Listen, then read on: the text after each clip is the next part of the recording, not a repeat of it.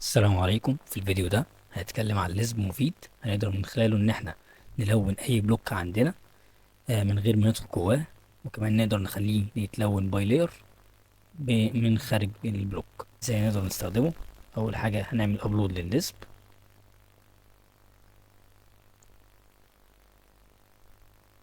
نروح المكان اللي احنا حاطين فيه اللزب بتاعنا،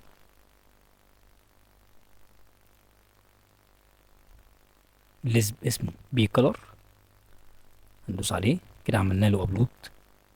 بعد كده هنستخدمه عن طريق ان احنا نكتب اختصاره اللي هو بي سي. بيقول لنا في الاول نختار البلوك اللي احنا عايزين نلونه. بيقول لنا انت عايز تخلي البلوك ده على لاير زيرو من جوه ولا لا. لو عايزين هندوس واي، لو مش عايزين مش هندوس حاجه. وليكن احنا في الاول هنخليه على لاير زيرو من جوه.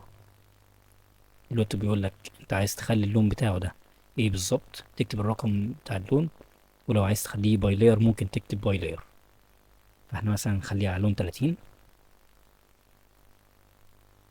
كده، تلون لون 30 من بره مش هيبان ان هو بلون 30، لكن لو دخلنا جوه البلوك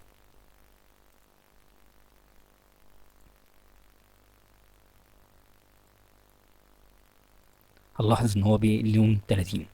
طيب، وكمان اللاير بتاعته هتكون زيرو. طب نطلع بره البلوك، نشوف بلوك تاني وليكن البلوك ده. هندوس بي سي، نختار البلوك، نخليه على لاير زيرو، نخليه باي لاير.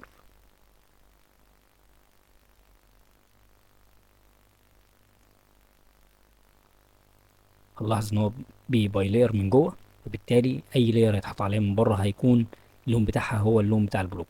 لو دخلنا جوه البلوك هنلاحظ ان هو لاير زيرو وباي لاير. كده نكون خلصنا الفيديو. السلام عليكم.